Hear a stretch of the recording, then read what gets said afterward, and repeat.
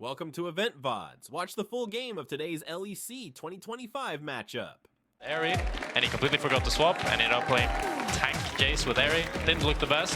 Hopefully he'll show something better today. But he tried it. Now we know. Tank Jace with Airy, 0% win rate. Maybe not the ideal option. Yeah. Some room for adaptation. And maybe just day one jitters. Of course, for you, Jack Spectre, it's only day two. I'm Dracos, Jack Spectre. Welcome to the Cash Desk. Yeah, I'm incredibly excited to be here. Both of these teams are, I think, more interesting than people maybe think. I think yesterday they had a very poor showing, but I think today they should be able to show quite a bit more. I really want to see some more early game aggression from Heretics than we saw yesterday. And from SK, I think they showed a better game than Heretics yesterday, but I think they can definitely do a lot better today. So we have Victor, first pick here from Heretics. I believe they picked that yesterday as well, yeah. And but Urgot hover here. Yeah, so far, it seems like we're getting a general understanding of what is strong. Now, the Ashe hover is interesting. Would be the first Ashe. Yeah, because we expected it to be high priority, and it really has not shown up a lot. So while conventional tier lists and international games would indicate that it's this powerhouse pick, so it's going to be the Varus again. So Heretics responded yesterday to the Varus with the Zeri. I think didn't look the best. They kind of just scaled until they eventually lost. And I would like to see something that can maybe match the early game aggression a little bit more. Something alongside the Ashe or the MF. Something that can actually have some early game pressure and fight a little bit. They also take the Galio, a really good pick into Victor. Can get push against it, can tank all his damage. It's tank season. And we'll probably be seeing Team Heretics lock their bot lane here and maybe a jungle pick as well. And a good limits test to see how well RKR, how good Reeker can play in the mid lane. The first few levels for Galio we saw in this matchup can be really tough. This is the matchup earlier. The Gen X was practicing against him, which led to the unfortunate Airy. So hopefully. Oh, the Ezreal. I like the Ezreal a lot. I think the Ezreal provides a lot of early game power. It provides a strong and good foundation for the bot lane, while also allowing for a lot of flexibility towards the second phase. You can either go into a range support matchup, you can go with an engage support, or you can try to do like more of a lane bully style lane, because Ezreal has one of the strongest level 1s in the game with his high attack speed passive.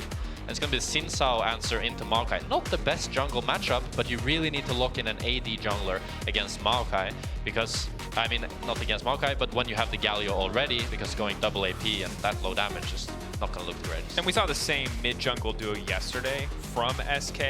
And it looked good. It looked until good. It didn't. Really, yeah, and I will say, really respect to Isma and Gen X. I think that they both got a little bit of flack after that game because they got too aggressive. But I think a lot of the circumstances where they were willing to be more aggressive were why SK did look good. Did look like they had a fighting shot in that game, but obviously might have gone a bit too far in a few of those final moments. And see if they've refined that a bit coming into day two. For both these teams, you said at the start, obviously hoping to kind of get a reset, hoping to show more, as neither team was able to, I think, deliver probably on the practice that they had brought into this season. Yeah, I'm really happy that Heretics is changing it up. I think SK had more of the right idea. They just kind of misexecuted. While Heretics yesterday, it didn't look like anything. They kind of just watched the game play itself out for 40 minutes until they eventually lost. And I want to see some more proactivity, and I think with this Ezreal pick, we're getting it. And it's cool to see that SK is then matching it with this really aggressive mid-jungle combo. And it'll be interesting to see, like, how will Camilo do? Because what I'm expecting to see is Isma should be camping this mid lane, because a big thing that Galio provides is usually it's not the strongest in the 1v1, but he's really good in 2v2s, and he's really good at setting up ganks for his jungle. Definitely something to keep an eye on. Also what Sheo is going to do. I think Team Heretics, you said it, not the most active game. Had some pretty solid setups, trading objectives, right up until, fell away, and they were unfortunately giving up an Otacon to Rogue. But for SK, Braum taken away now, limiting that option.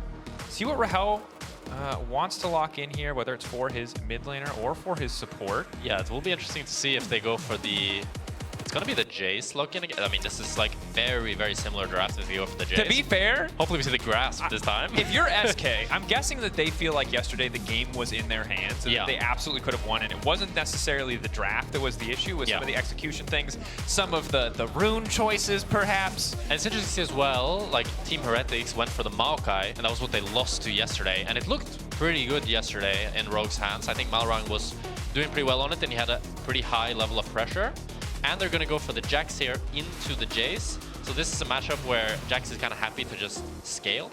I'd say he can be a lot more useful in the later game team fights than Jace can, just due to the fact that he has his stun, he buys so much time, and while Jace will be probably going the tank build and be pretty annoying as well. I could see the Jax. Interestingly, Team Heretics are playing the exact same composition other than the Leona that was played against SK yesterday. So while the nameplates are different, functionally a very similar opposition. Leona is a bit odd, especially when Rel's on the table. Yeah, I think for me the Leona's a bit weird because when you think of Maokai, you think cleanse, you know? He has his root on his W, his root on his ulti, so you need to take cleanse regardless. And then you look in Leona as well, who doesn't really want to play against cleanse. And you also give the enemy pretty damn good Merc Threads value. You have a Jax that does a lot of magical damage. You have Maokai, magic damage. Victor, magic damage. Ezreal, a lot of magic damage. Leona, magic damage. That's a lot of magic damage, Rickles. I think you saying it for the 5th time convinced me. But the first 4 I wasn't sold, but the 5th time you said it made it clear. I'm a bit worried about the Merc Threads value here. They have gotten very nerfed, and they are more expensive than most things these days, but you're giving them some outs that I respect. But obviously, still, tenacity remains. If this was last season and they did this draft, I would be very, very disappointed. But I think with the state of Merc Threads, you can get away with going more AP. But can we? You want me to pivot away? No, can we talk about the Jetax? Said he wanted wait, we're getting now into our first game of the day. Everybody get hyped. Team Heretics versus SK. Gen X coming in clutch. I'm not sure if we can do it, so I'll do it. So if one of us has to get in trouble, it'll be me. Gen X quick to say, dang, I meant to take Aftershock this time. So we remade. Some good sense of humor, obviously. It's a tough way to start the season with a situation like that. And we are in the midst of a pause. Not the on-hit build we saw in our games yesterday. Historically, a pretty decent answer into Ezreal. The lethality Varus. Yeah, I mean, Ezreal and Varus are very similar in the fact that when Varus has played lethality, he wants to play also from really far away. One thing that Ezreal can't really opt into, which you'd want into lethality Varus, is lifesteal early on. It feels really bad to buy an early Vamp Scepter when you already have the tier, you want to buy the Triforce. So unlike something like an MF, which we've also seen yesterday into the Ezreal, who instantly rushes the BT and can kind of negate a lot of that poke, it does mean that it's a interesting poke war between these two champions of who hits more skill shots, and both of that damage is actually going to last because neither of them can sustain it back up. Definitely, yeah. No Enchantress standing behind them. It's going to be a lane swap, it's looking like here. So this makes sense for Heretics because Jax is like probably the best, at least one of the best lane swap champions, as it's so hard to dive him with that E level 1. And Ezreal into Varus can be a hard matchup early lane. Like, you have a good level 1, but after that it can be kind of rough. Gen X is going to be moving into the mid lane here just to soak XP, while Carlson is going to be bot trying to do the same. See how much a chunk SK can get down. Carlson willing to concede some XP, doesn't want to risk losing that health bar. Clearly he's going to anticipating a dive. And then E the damage, and then hopefully get some the melee minions here. That's the goal, at least, of this. But he's not really getting it. It's hard to say. They did slightly buff the XP range. Yep. So in these lane swap situations, it can be a bit easier now for the top laner to get the XP. It's interesting to see that normally what happens is that Gen X would do the same thing that Carlson is doing, just on top lane, that he would just try to soak XP from afar. But instead, Gen X is actually choosing to go mid and then choosing to help with jungle camps, which is very similar to what we saw in Worlds last year, where the top laner just kind of roams around and looks to come and dive the enemy top laner. The infamous level 1 Vayne roams. Yeah. From I think the TF level 1 roams might have been more effective, but now setting up for the 4-man dive, Carlson I don't still think healthy. This is gonna work out. Grass proc still ready to go. Stend on the way. Only level 1 on the Leona, but a bit more CC doesn't hurt. SK hitting him with a thumbs up. Now they're gonna choose not to take it. I think it's too hard, especially when Leona's there. Even without Leona, I think it. I mean, maybe they could have one-shot him, but it's hard against the Jax with the E. He can buy so much time and then stun you afterwards once you've got the tower aggro. It can be really difficult. Interesting though, because what they've effectively done is Jace does eat some of the XP from mid lane, but gets Galio through some of those more difficult first levels against the Victor, goes bot, and then is in time to TP back to top lane.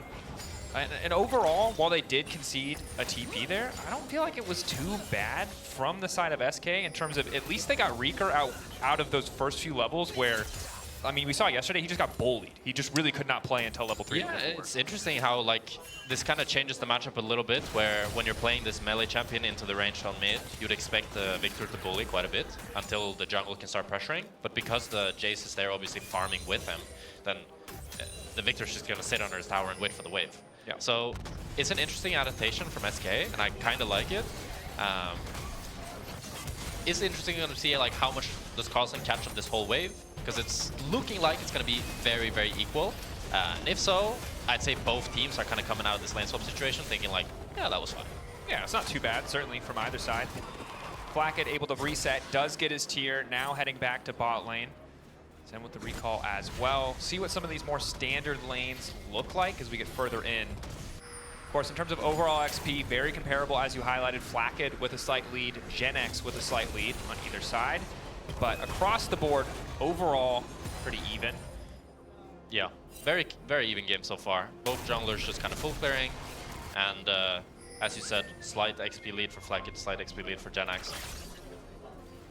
But now finally we get standard lanes. Now we get standard lane. I like this version of the lane swap in that, unlike many of the previous iterations of lane swap, even as far back as 2015, no one immediately like obliterates a tower. Oh yeah, it's so boring. And then the entire game opens I up. played an EU Masters where that was the meta. You just traded both towers. It was so weird. It was like a fever dream. No, instead we get ganks like this. That was clean from Stent! The hard read, Gen X.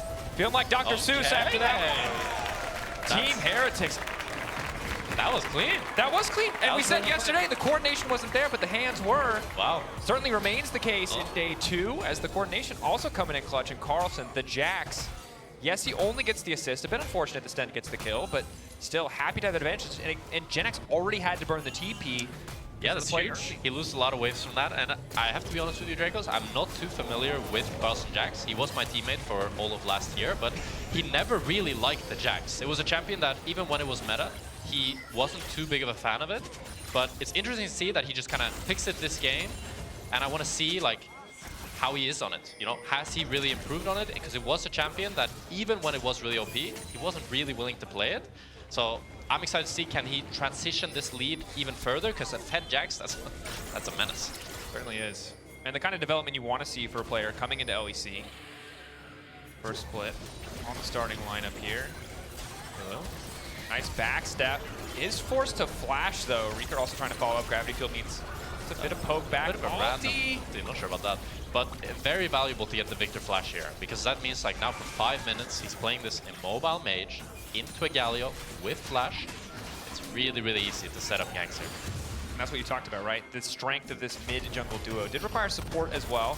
But now the question is, can the Victor play more defensively as needed? Team Heretics, unsurprisingly, seeing the grub started up, are going to start dragging. They do have bot push. Yeah, it's going to be like a really standard cross map here. One team gets grubs, the other gets straight. Commit to it. Oh, he's actually pulling off it. Ismail's on the way down. They're just too far, but I think they started a little bit late, and obviously Maokai alone. It's a bit of a slow take.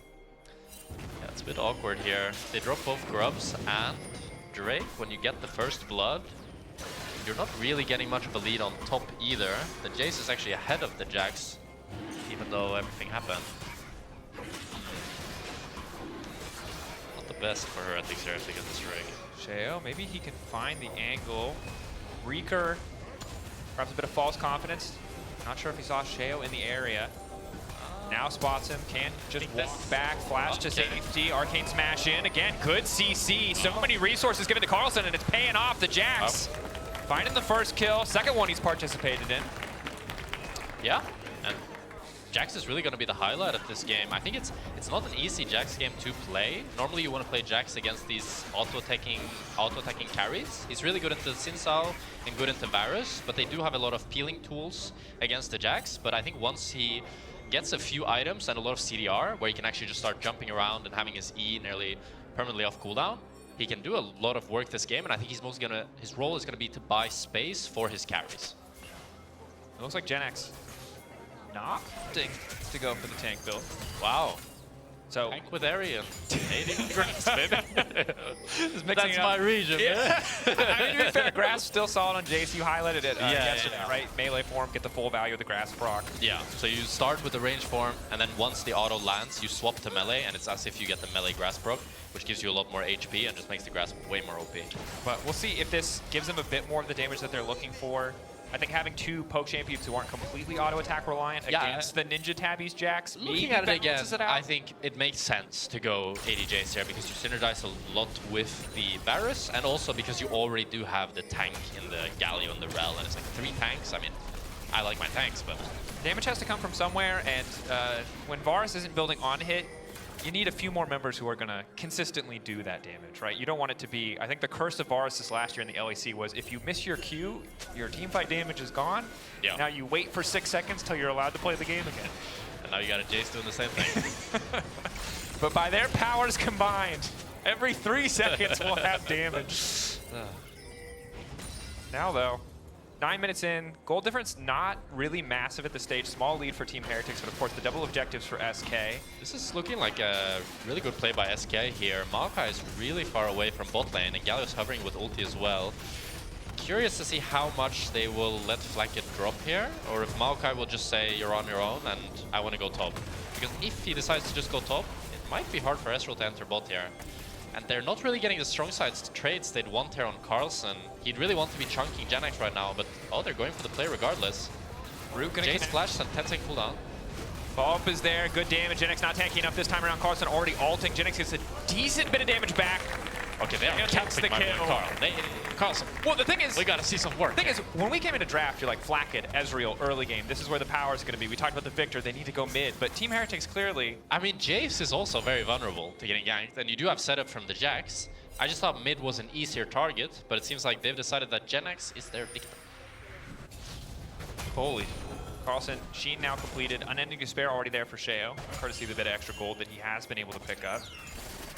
But I'm not quite seeing the lead that I would really want to see from this. I mean, it's like you have 600 gold lead on the Jax. That's not a whole lot. I would want to see that these kills are transition into a CS lead and transition into plates, but right now it's very like kind of empty kills.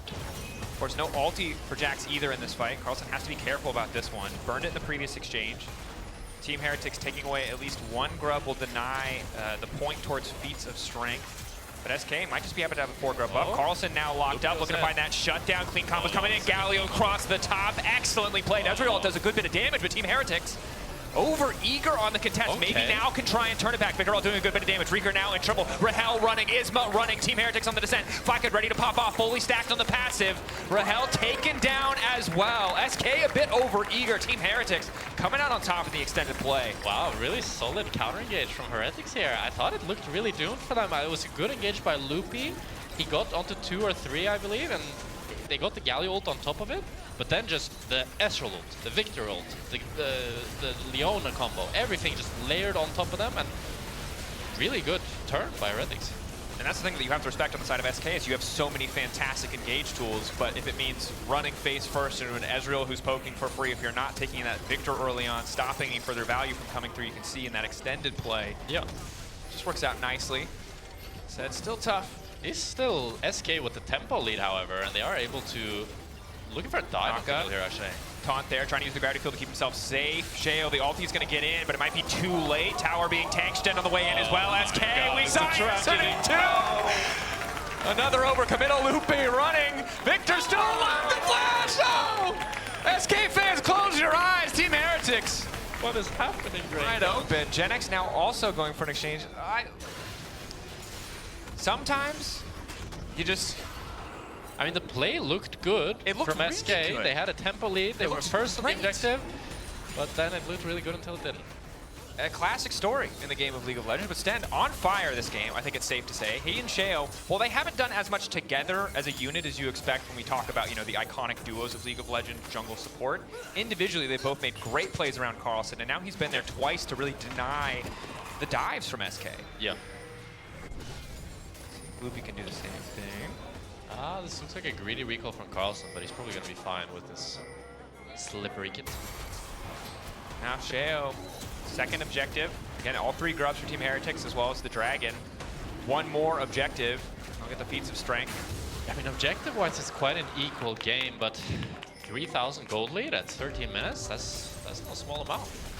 No, and certainly for a team that yesterday, I mean, we talked about it, right? Both these teams had a bad start, but for Team Heretics, it just felt like such a slow game where they weren't really getting as active on the map. And today, it certainly has been punish heavy, but a lot more proactive plays, a lot more good looks, and the team coordination overall has been much better. Because yesterday, 5 players with pretty good hands, not always on the same page, very much a different story on day 2. And I do think, like, if I'm Heretics, I'm thinking yesterday we didn't have the tools to play proactive.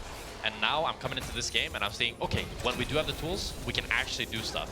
And then you have SK on the other hand, doing the exact same thing that they did yesterday, making the same mistakes. It has to feel really, really bad for confidence and really bad for their overall game plan.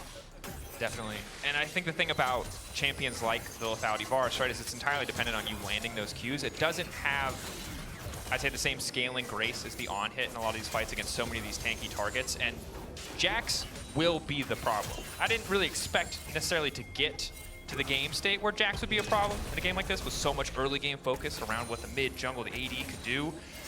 But yeah, Jax is going to be a problem. I don't actually know who kills this champion. Yeah, I talked a lot about how Heretics was very magic damage focused, but I didn't actually touch on that SK is also very physical damage focused. Because you have the lethality on the Varus, you're going to have the lethality on the Jace. I was kind of thinking that Varus would go on it and Jace goes tank, and then you don't really have that problem. But now you have 2 lethality champs with a Galio. Very low magic damage. So once we see this Jax getting Tabi, getting Zonias, and getting a lot of armor, I think it's going to be really, really hard to kill. Ulti comes out from Rahel. Going to body block the fall. Nice backstep from Rahel. Gets clipped by the Solar Eclipse. Might now be in trouble. Flack going over the wall. Not going to be risked too much. Sten. This play is just so weird by SK. What do we do? Okay. I'm not sure. Like, I feel like it seems kind of desperate that they're looking for these weird picks, just overloading on one side. I mean, when you're down in a game like this, you know you're getting outscaled. It can be... We talked earlier about a little bit messy recalls. Reeker in that situation now. Team Heretics check. Find him. Force the flash at the very least. Does have the TP if he wants to reset. But the game, I think, quickly falling away from SK. Yeah. First tower going to fall. Feats of strength are going to go over to the side of Team Heretics. This is, I mean, an excellent position they've set themselves up in. The worst thing you can do when you're behind like this is to try and overforce. Like, when you start to play desperate, that's when you know that a game like this is going to be really, really difficult. Because you need to stay calm, and the way that you actually come back in League of Legends is by the enemy making a mistake. If you try to overforce and look for it, then you're just going to end up with plays like this that are obviously not going to work.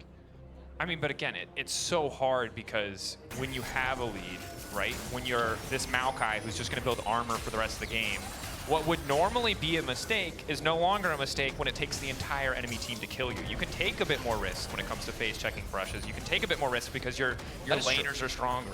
I mean, Team Heretics has a very forgiving comp. You have a bot and a top that is very safe, and you have a Maokai that can phase check with these.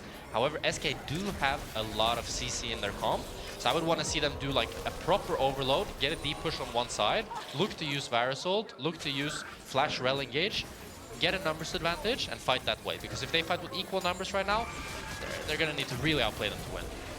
Definitely. SK again. First on mid prio. Bot lane, relatively even. Top wave is going to be untouched by both sides. Team Heretics is going to be later to the play, but SK aren't really doing meaningful damage to the objective. It's very slow. Then it's going to be able to find a good engagement. Q doesn't connect from Rahel. We're flipping it. 50-50. Isma. Leash, and there goes Sheo wins the 50-50. They're SK. so split. How do they fight this? The hesitancy is costing them so dearly. Reeker is finally here. Loopy now going and trying to make a hero play. In the meantime, Galio instantly going to follow up, but he's only able to connect onto 2, and it's the front line. The Jax still tanky enough to survive, but Isma's trying to follow. Reeker doing some good work as Rahel finds the angle with the arrows in the back line. The Varus finally getting some work done. SK, a messy start to be certain, but they get 2 in the process. I really didn't like how SK split up there, but what I liked even less was how hesitant Team Heretics was. I feel like if they just went on Isma as a unit, they could have just one-shot him. But Flakked was alone frontlining against him, trying to kill him, which allowed Loopy to actually flash in and set up for this Galio ult, and he kind of suicide engages to set up the whole fight. And again, we Like, look look, start. if Sten is going on Isma here, and the fight, you know, like, go in. Look, ultimately, that hesitancy, the space Reeker's able to create with his Galio as well. Obviously, just the zone that taunt provides. But a bit messy for a team that had such a massive gold lead. Yeah, these fights should be really in their favor, especially when it's equal numbers. But I think the hesitancy just cost them there. Does Team Heretics spotting Loopy. See if he has to burn anything else. For now, it's just a Celestial opposition popped.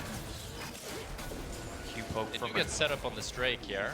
But you could see from this last fight as well that when the poke... Oh, really good poke from Ezreal was good enough. Yeah, Flacket.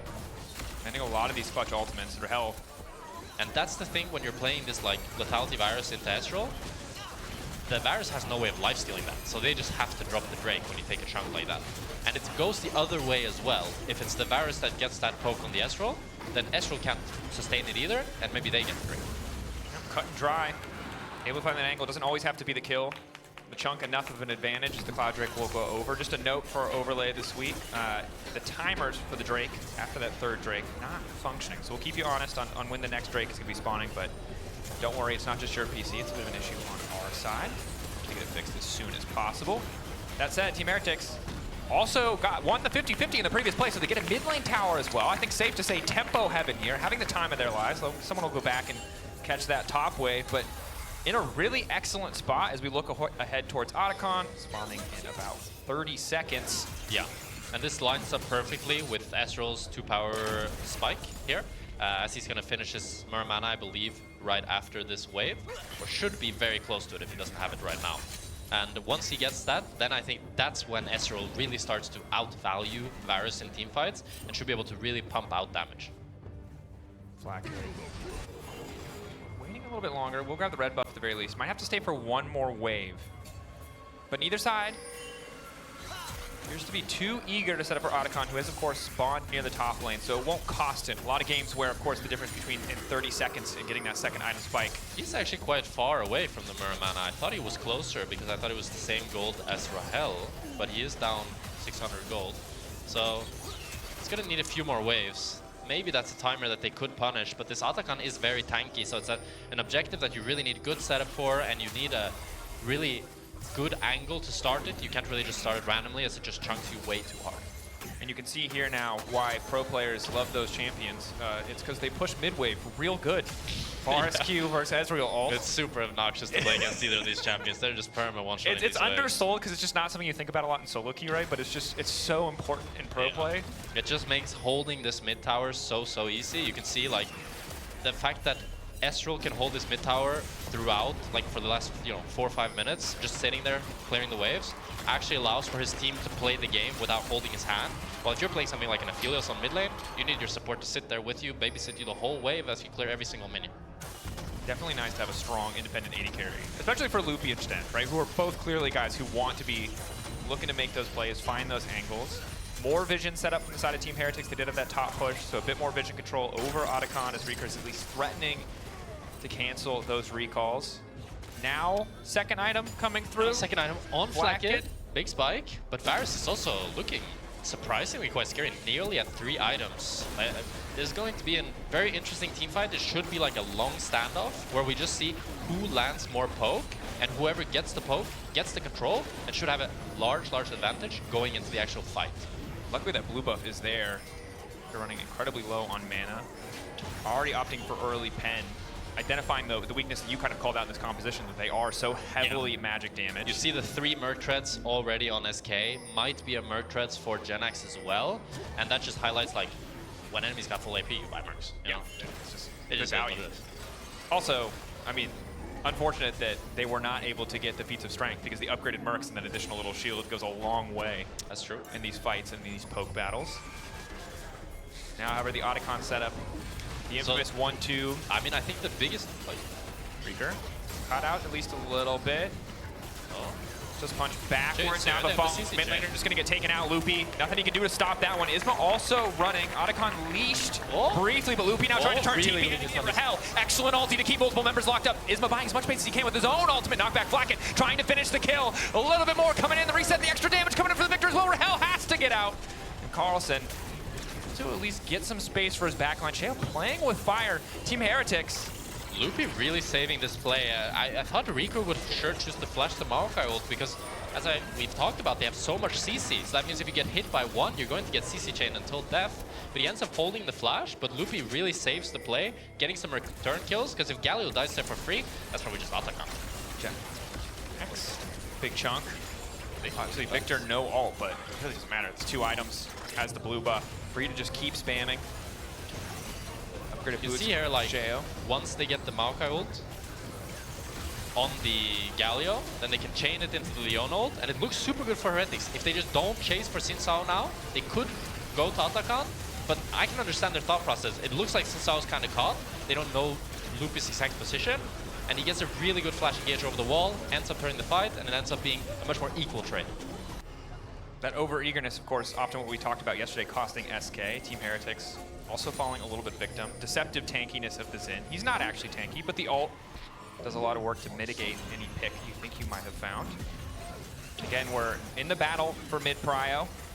Rahel still not quite on that 3-item threshold, but at least clearly has that lead.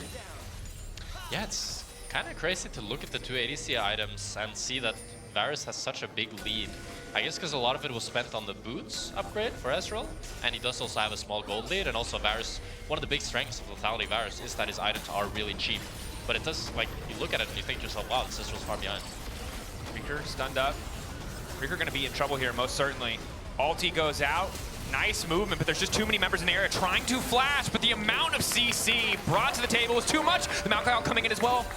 Now Loopy needs to run. Oh. Plant. A little bit awkward. It's a tough game for Reeker. I think this, I mean, they're going to probably try to contest the Atakan 4v5, but another time where Reeker gets caught here. I mean, they already have midway pushed in. They're going to try to knock down tier 2. I don't... They're going to trade it for Drake as well.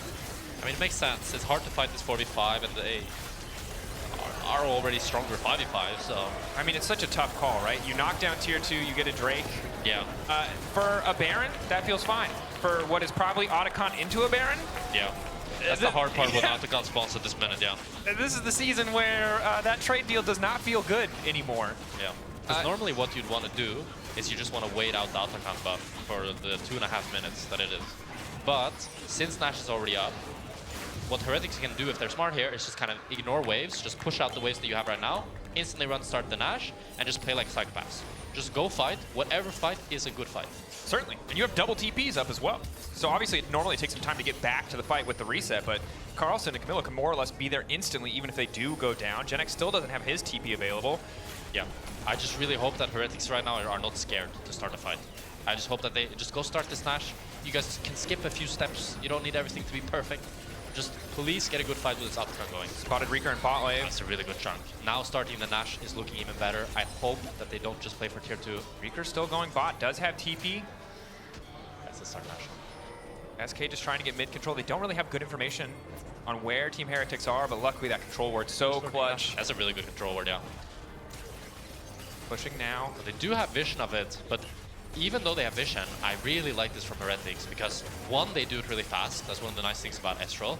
And I think any fight here should be great for Heretics. They have great position and they have the 3K. Maokai ult to zone them off. That's a free Nash. Honestly clean textbook setup. Excellent use of the Otacon buff. Genex now caught out as well. Team Heretics still want to make the most, right? It costs them nothing. This is really good. They don't lose the buffs when the Baron's taken down. Now they can just chase down Isma as well. Looking like a 1-2 punch that might just end the game here. Isma taken out. Baron buff empowered Team Heretics. You have Otacon GA buff, baby. Every fight is a good fight. Isma falls into the trap of thinking that he can go on the Jax, but with Otacon buff, he can just keep moving forward. Easy call. Reeker gonna knock down another tier 2, but it's really just that consolation prize. Almost a 5,000 gold lead side Team Heretics, but Milo trying to get out of this one, though. At least grabs the buff. I mean, he's dead, but he's not dead. 100 gold. They're waiting. They're waiting.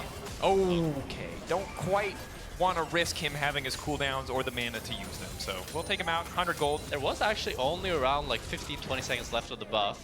So I was a bit panicked there to go for him because he did have no mana, so I would have liked to see if they actually committed to it, but would have to wait a while. I mean, they still have the buff now. Would be a bit too long, maybe. I mean, the thing is that Victor's been a lot of times this game, but like he doesn't need that much mana to one-shot an 80 carry. Very strong champ at 3 items as he now finishes his death cap.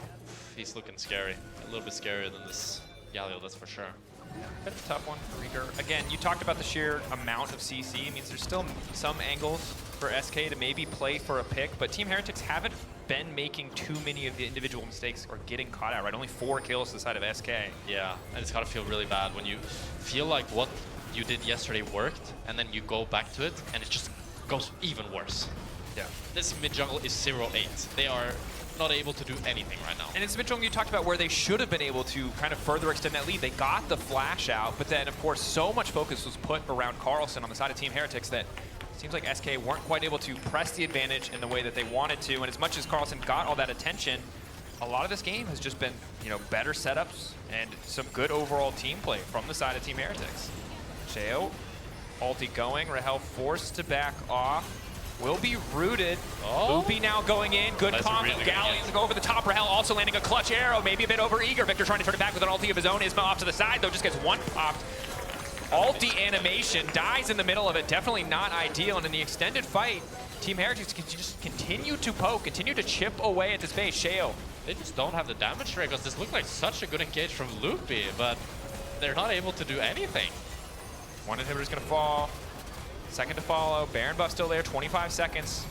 Double cannon minions. SK will hold on a little bit longer. Team Heretics don't want to get too eager here, but the angles for good fights are few and far between because, yeah, it did look good. We got a TP behind from Jace here. They're trying to make something happen, but they do have Nash recalls. And They might have items. He's not going to one-shot Sheo.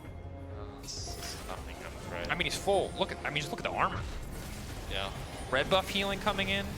And now Heretics is just going to look to use this top wave to play for third inhib. Probably going to ignore this dragon as they just want to try to accelerate the game. A couple of these moments, I gotta say, it's not all perfect from the side of Team Heretics. It still looks like they're very much in control, but some questionable recalls, I think, for both sides. They're reading a lot of the recalls and messing up their tempo, which is making this game a little bit clunky at times. But when you have two inhibs like this and you have a really good siege comp with the Maokai, the Ezreal, and the Victor, it should be really easy for them to just go top, put down the Maokai ultimate, and poke.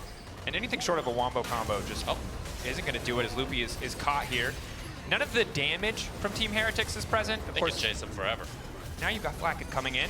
Should just be able to finish the job quite quickly. Pops his red pot, extra sustain just in case. Now this is a disaster for SK. Now they lost their only real engage into Heretics as they're going to siege for this tier 3 top. Probably SK is just going to have to drop it and look for a Nexus defense. Look, pretty cut and dry from Team Heretics. They found the picks again. Able to push this forward. Flacket popping the red pot means that any poke that does land from Rahel doesn't feel impactful. Can't help but feel that like SK's game plan this game looks so desperate. It's like they don't really have a clear idea of what they want to do and they're just looking for random picks and they keep getting caught while doing it. Well, you talked about kind of the telegraph mid-jungle, and it just seems like Team Heretics did not let them get that edge, and now Flacket just been unassailable in these fights. The 80 carry mid-lane threat, sheer amount of space generated. Yeah. Carlson as well now, a big problem. They only need a few Astral Qs to land, a few victories, then they should be able to start sieging these Nexus towers. A little bit more poke. 31 minutes in, 60 to 51.5k. Should be an easy close here. Drake on the table if they want an exit objective, but it is about getting things started. Big catch. Loopy now trying to lock up Carlson as well. Maybe they can get something done, but the Flacket is the one that they need to take out of the fight. The Ezreal for now untouched, slowly peeling back, continuing to poke. Carlson going golden, gives himself a bit extra time. Rahel desperate to finish the kill. Doesn't have the angle to get anything more done, but Flacket just continues to fire Qs, but in the meantime, sniped out. Carlson taken down. Team Heretics slowed for now. No Nexus towers falling. SK hold the line, but the Ezreal in the meantime, not enough to finish the kill. This game feels really weird. I feel like Heretics is like playing better macro kind of and playing better game, but SK have been really good on the engages. Like Loopy and Isma are finding really, really good angles, but it feels like it's just not enough. Like even this defense, it's like, yeah, guys, we can farm triple in it. But it's still going to be, enemies going to go to Nash, and they're going to come back to your base, and they're going to do it all over again. And as long as Camilo now has flash, I mean, he had flash before, but let's say he just, flashes the engage, it's going to be pretty easy for them, I think. I appreciate your unintentional PM. Well done. The quick check after you said it, whoops. Yeah, also, of course, has the arm guard, so should be in a much better position in the fight to come. This is, overall, though, it still feels like end of days for SK. I don't know if the next item spikes are really going to be enough. Jace is strong at this stage of the game, but no one's going to give him that angle for the infamous like hammer form Jace flank where you're able to just one-shot a carry. To be fair, to cope it to the max, if SK do that again, then I'd say the game is like, maybe even okay. Favorable for them even. So right now it's Team Heretics favored heavily. And if they get one more miracle fight. One more miracle engage. Just one more to get it to even. Just don't quit before and then that one more last after win. that to win get it in their favor. Yeah. They probably win at this point. It's late. But the thing is, Heretics can play incredibly slow because they have the Nash buff. So They if they just S-key and stand in front of them and throw their skill shots, then the minions will do their job for them. So it's SK that really needs to find something. Isma looking, not able to get up. It's tough. He's operating at arm's length. Ulti goes out. Rahel not going to get locked up. Loopy is there to body block, but has to dash out. Nexus Tower's falling. Again, Team Heretics, like you said, just taking their time. Now finally Flak is starting to go in. Rika are able to catch Flak off on the side, but he still had the cleanse, trying to back away. The Ezreal getting lower and lower. Rika now running out of base, but it's all falling to pieces. Rahel still standing, but the Nexus will fall. Team Heretics not playing for kills, playing to end the game. First win in the 2025 winter season. Much better game from Heretics here. Really happy to see them bounce back and that they also changed up their draft a little bit.